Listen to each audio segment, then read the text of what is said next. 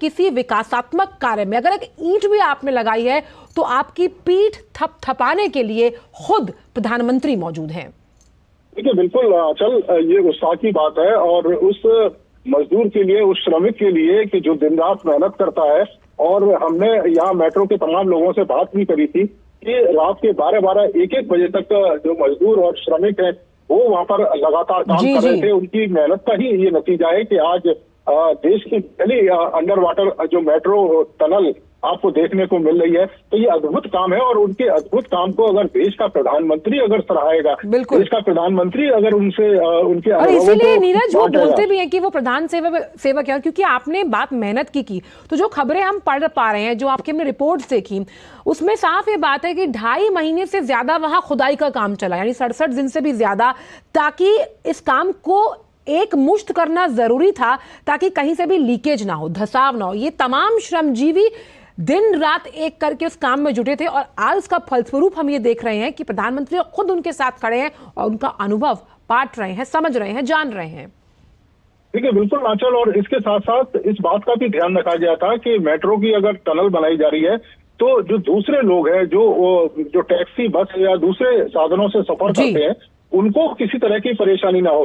क्योंकि इतना बड़ा ये प्रोजेक्ट है, इतना चैलेंजिंग ये प्रोजेक्ट था, और संभव था कि बड़े पैमाने पर यातायात को रोका जा सके, लेकिन ऐसा नहीं होने दिया। हमारे इंजीनियर ने, हमारे श्रमिकों ने लगातार 24 घंटे काम करते रहे, और कोलकाता और हावड़ा में जो सामान्य यातायात है वो भी चलता रहा, और इधर काम भी चलता रहा। 2.5 महीने से ज्यादा समय खुदाई हुई। तो आप समझ सकते हैं कि कितनी मेहनत इन हमारे श्रमजीवियों ने की है, और उनकी मेहनत का ही नतीजा है कि हम इतना बड़ा भव्य ये प्रोजेक्ट अपने सामने देख पा रहे हैं। और प्रधानमंत्री उन श्रमजीवियों के साथ खड़े होकर उनके अनुभव को बांट रहे हैं, उनके अनुभव को सुन रहे हैं कि कितनी मुश्किलें आई, कितने चुनौती हुई। क्योंकि कई बार ऐसा था जिस समय जब खुदाई चल रही थी, कई दिनों तक मजदूर संपर्क नहीं कर पाते थे अपने परिजनों से, अपने घर परिवार के लोगों से, क्योंकि वो इतना नीचे खुदाई कर रहे थे। तो उस स्थिति को आप देखें, और आज उसका जो परिणाम है वो सामने को देखने को मिल रहा है। मुझे वो याद आ रहा है कि जब प्रधानमंत्री उन श्रमिकों से मिले थे जिन्होंने प्रगति मैदान का जो कॉम्प्लेक्स है, जिसे हम भारत मंडपम बोलते हैं, वो बनाया था, जिन्होंने संसद भवन की तैयारी की, तो उनके अनुभव हमने इस चैनल के माध्यम से अपने दर्शकों को सुनवाए थे, जिसमें ये कहा गया था कि वो पहली बार इतने करीब से प्रधानमंत्री को देखकर, इतना सम्मान पाकर बहुत खुश हैं। यानी जो काम जो उन्होंने किया उसका पैसा तो उनको दिया गया होगा सरकार द्वारा, लेकिन जो ये सम्मान है, ये जो पहचान है, और जो काम आपने किया उसको एक्नॉलेज किया गया है, ये कितनी बड़ी खुशी है जो हम इन श्रमिकों के चेहरों पर इस वक्त देख पा रहे हैं। नीरज, देखिए, बिल्कुल बहुत बड़ी बात है आंचल।